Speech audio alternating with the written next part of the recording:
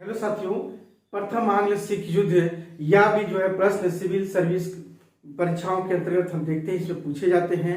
इसके अलावा जितनी भी परीक्षाएं होती हैं उनमें भी देखते हैं कि प्रथम आंग्ल सिख युद्ध से या आंग्ल सिख युद्ध से प्रश्न पूछे जाते हैं। इसमें रंजीत सिंह की मृत्यु के बाद जो है उनके पुत्रों ने क्या भूमिका निभाया इस सिख युद्ध में, और इसके कौन कौन से गवर्नर जनरलों ने इसमें भूमिका निभाया था, तो इसके बारे में देखते हैं पूरी विस्तृत से। क्योंकि आप वीडियो के अंत तक आप जरूर बने रहेंगे, क्योंकि यह एक बहुत ही महत्वपूर्ण है। प्रथम आंग्ल सिख युद्ध, उसकी आधार कैसे बना, इसके बारे में आप सुनिए। रंजीत सिंह की मृत्यु के बाद जो है आप देखेंगे कि जो है उनका पुत्र खड़ग सिंह, जैसे 1839 में उनकी मृत्यु हो गई तो खड़ग सिंह जो है सिंहासन पर बैठा। लेकिन खड़ग सिंह क्या था, अफीम खाने की आदत थी। तुरंत ही दरबार में जो है उन्हें सिंहन वालिया गुट के लोग और डोगरा के गुट के बीच लोगों में गुटबंदियां होने लगी और गुटबंदी की चरम सीमा हद पार कर गई। तो कुछ समय के लिए जो खड़ग सिंह को बंदी बना लिया गया। सिंहन वालिया गुट कौन कौन से थे? चैत सिंह, लाना सिंह, अजीत सिंह, अंतरा सिंह, ये सब सिंहन वालिया गुट के प्रमुख सरदार हुआ करते थे। डोगरा गुट के भी ध्यान सिंह और सुचेत सिंह और गुलाब सिंह, ये डोगरा गुट के प्रमुख सरदार था। तो सिंहन वालिया गुट के लोगों ने जो है उनके पुत्र नौनिहाल सिंह को गद्दी पर बैठा दिया। उसने तो बहुत कुछ हद तक काम भी किया, जैसे जो लद्दाख और बलूचिस्तान के कुछ क्षेत्रों को उन्होंने भी जीता था।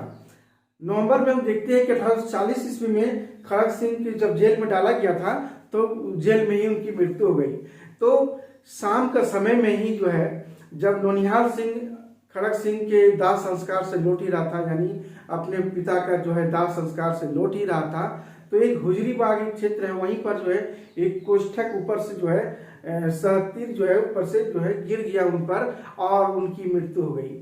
इसके बाद जो है देखते हैं कि सिंहन वालिया गुट के लोगों ने नौनिहाल की माता रानी चांदपुर को समर्थन दिया और नौनिहाल सिंह की विधवा भी एक थी जो गर्भ में पल रहा था। वो अपना पुत्र से अपना राज करना चाहती थी, लेकिन यह पासा पलट गया। कुछ दिनों बाद देखते हैं राजमाता जो थी चांदपुर गद्दी पर बैठ गई। लेकिन इसी समय हम देखते हैं चांदपुर को एक उसका व्यवहार जो है सिंहासन जब पर बैठे उनका व्यवहार कुछ अच्छा नहीं होने के कारण सभी ने जो है उससे घृणा करने लगे। और इसी समय डोगरा सरदार ने देखते हैं कि शेर सिंह को शासक बना दिया। और यहाँ पर क्या होता है कि 1843 में शेर सिंह को जो है अजीत सिंह ने गोली मार दी। इसके बाद हम देखते हैं कि रंजीत सिंह के जो है एक छोटे से बालक यानी अल्पवयस्क पुत्र जो था वह दिलीप सिंह को जो है महाराजा घोषित कर दिया गया और उनकी जो माता जो थी रानी जिंदन उनकी संरक्षिका बनी। इसी समय लाल सिंह जो थे जो रानी का जिंदन का जो है प्रेमी था और जो लाल सिंह जो था उस सेना को अपनी ओर मिला लिया था पूरी तरह से।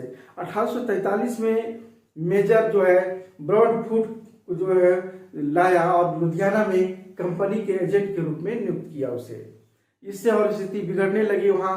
और उन्होंने क्या घोषणा किया था ब्रॉडफुट ने कि सतलज पार के जितने भी तट पर बसी जो रियासतें हैं वो कंपनी को न केवल संरक्षण में बल्कि दिलीप सिंह की मृत्यु के बाद जो है ये सब जब्त हो जाएगा। 1845 में लॉर्ड हार्डिंग ने भी युद्ध की घोषणा कर दी थी और कहा कि दिलीप सिंह के राज्य का वह भाग जो सतलज के बाईं ओर है वो आज से अंग्रेजी राज में मिलाया जाता है। तो इस तरह से भड़क उठा और यह प्रथम आंग्ल सिख युद्ध शुरुआत हो गई। तो आइए हम लोग देखते हैं कि सबसे पहले जो है प्रथम आंग्ल सिख जो 1845-46 के बीच में हुई, कारण क्या था जो हमने अभी बताने का प्रयास किया कि अंग्रेजों ने जो है अमृतसर की संधि को तोड़ने का गलत आरोप सिखों पर लगाया, पहला। दूसरा कि अंग्रेजों का उद्देश्य था सिखों की मजबूत शक्ति को तोड़ना था।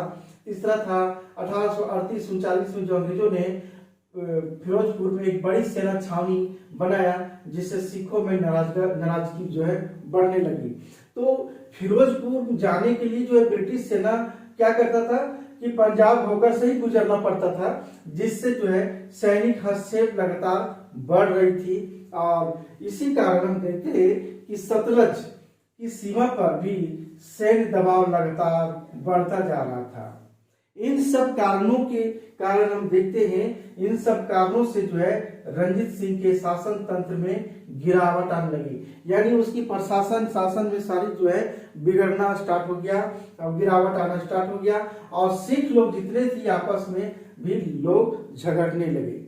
तो इस तरह से हम देखते हैं कि प्रथम आंग्ल सिख युद्ध के एक महत्वपूर्ण कारणों में से सबसे महत्वपूर्ण भूमिका क्या थी? अफवाह थी। क्या अफवाह थी? अफवाह फैलाया गया कि अंग्रेजों ने जो है फिरोजपुर में किले का निर्माण कर रही है और वह किले निर्माण कर आगे बढ़ रहा है।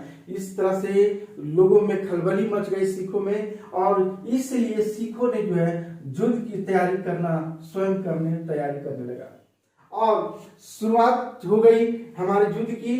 तो एक मुल्की की लड़ाई हुई, एक फिरोजपुर, एक बद्दोवाल और एक अलीवाल का युद्ध शुरू हुआ। सभी क्षेत्रों में सिखों का जो है मुल्की, फिरोजपुर, बद्दोवाल और अलीवाल में युद्ध होना प्रारंभ हो गया।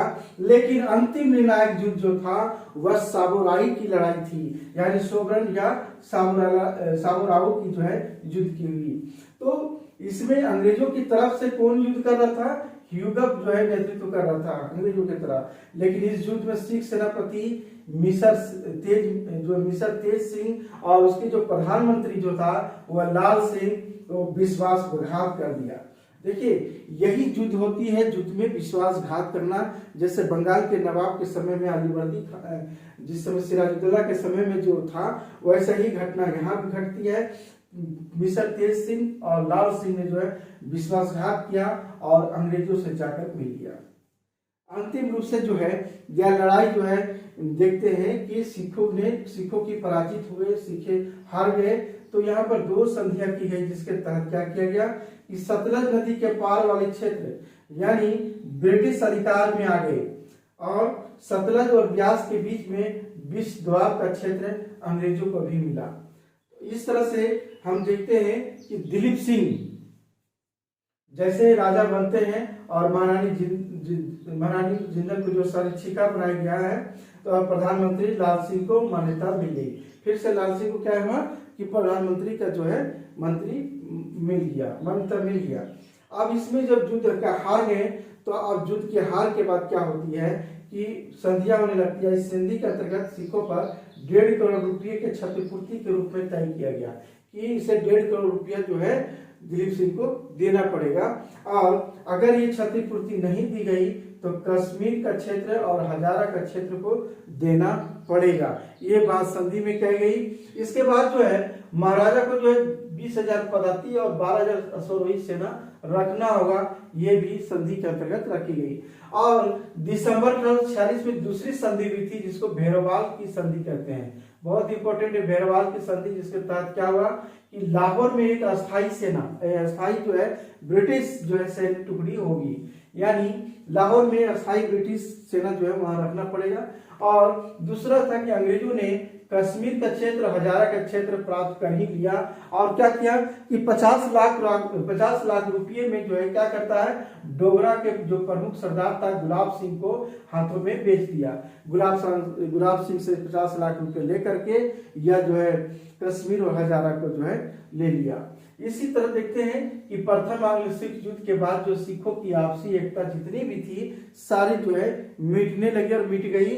अब हम देखते हैं कि लाहौर में ब्रिटिश रेजिडेंट किसे बनाया, सर हेनरी लॉरेंस को जो है नियुक्त किया, और लॉरेंस जो था उस सिखों के प्रांतों में गवर्नर की नियुक्ति पर हस्ताक्षर करना शुरुआत कर दिया।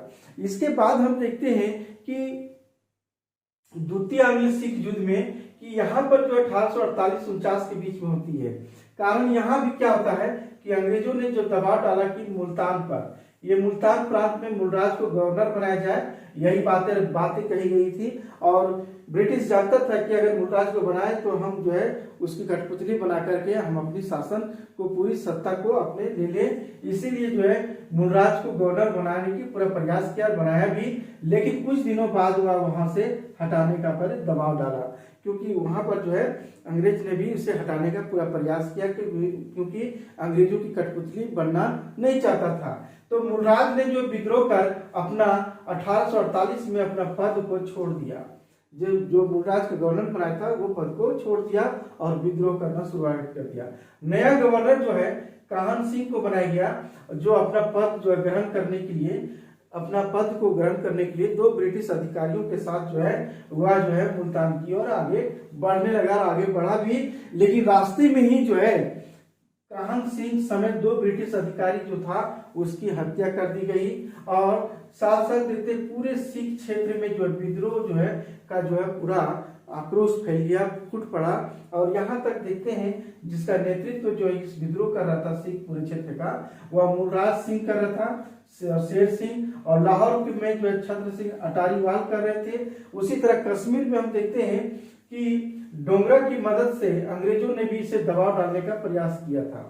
नवंबर 1848 ईस्वी में जो है रामनगर का युद्ध हुआ। बहुत इंपॉर्टेंट है, याद रखेंगे कि नवंबर 1847 में रामनगर का युद्ध हुआ, जिसमें अंग्रेजों का नेतृत्व कौन कर रहा था, ह्यूगम कर रहे थे।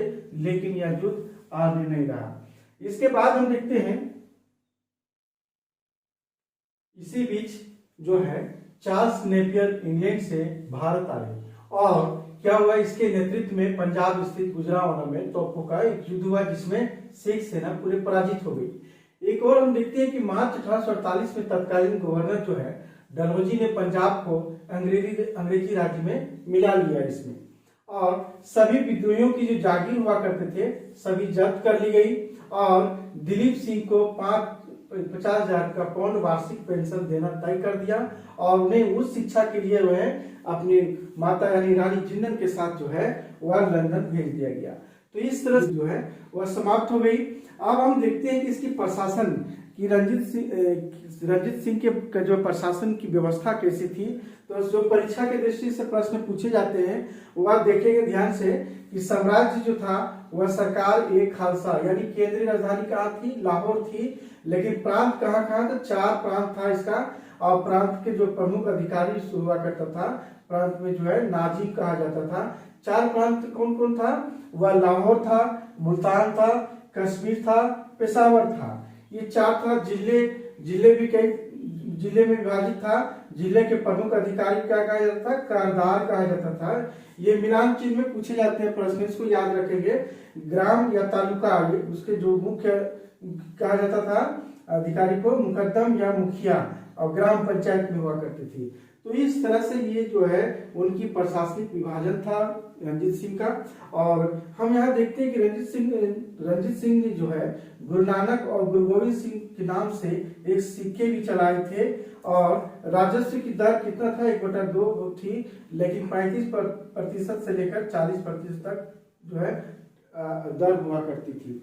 आर्थिक स्रोत कैसे था, सीमा शुल्क, जागीर से प्राप्त आय और न्यायालय से आय, यही जो है आर्थिक स्रोत जो है हुआ करती थी। और हम देखते हैं कि रंजीत सिंह की सेना में जो अंग्रेजों के बाद पूरे एशिया में सर्वश्रेष्ठ थी। ये सेना जो है घुड़सवार सेना, पदाती सेना और तोपखाना, यानी जितने भी सारा चीज था सब यूरोपीय पद्धति पर आधारित था। यानी रंजीत सिंह ने जो है संपूर्ण शासकीय और राजनीतिक शक्ति का केंद्र होने के बावजूद भी अपने आप को खालसा या राष्ट्रमंडल का सेवक मानता रहा, और इसी के नाम से शासन करता रहा। अर्थात अपनी सरकार को जो है सरकार एक खालसा कहा इन्होंने। और रंजीत सिंह जो है धर्मपरायण सिख होते हुए भी एक धर्म सहिष्णुता की नीति अपनाया था, या धर्म सहिष्णु शासक था। कहा जाता है कि वो अपने सिंहासन से उतरकर मुसलमान फकीरों की धूल को जो अपनी लंबी सफेद दाढ़ी से जो है झाड़ता था। तो इनके अनेक महत्वपूर्ण मंत्री और सेनापति भी हुआ करते थे, जो मुसलमान और हिंदू दोनों हुआ करते थे। सबसे प्रमुख इनका विश्वास पात्र मंत्री जो था फकीर अजीजुद्दीन थे, जो उन्हें विदेश मंत्री का भी पद दिया था, और वित्त मंत्री जो था दीवान दीनानाथ था। इनके समय में हम देखते हैं कि फौज एक खास या नियमित सेना हुआ करती थी। ये 4 पदाती सेना हुआ करती थी जो बंतुरा के नेतृत्व में, ये प्रश्न पूछे जाते हैं। 3 घुड़सवार रेजिमेंट जो अराड़ के नेतृत्व में, और तोपखाना इलाही बख्श के नेतृत्व में। ये मिलान चिन्ह में हमेशा पूछे जाते हैं, तो इसको ध्यान में रखेंगे।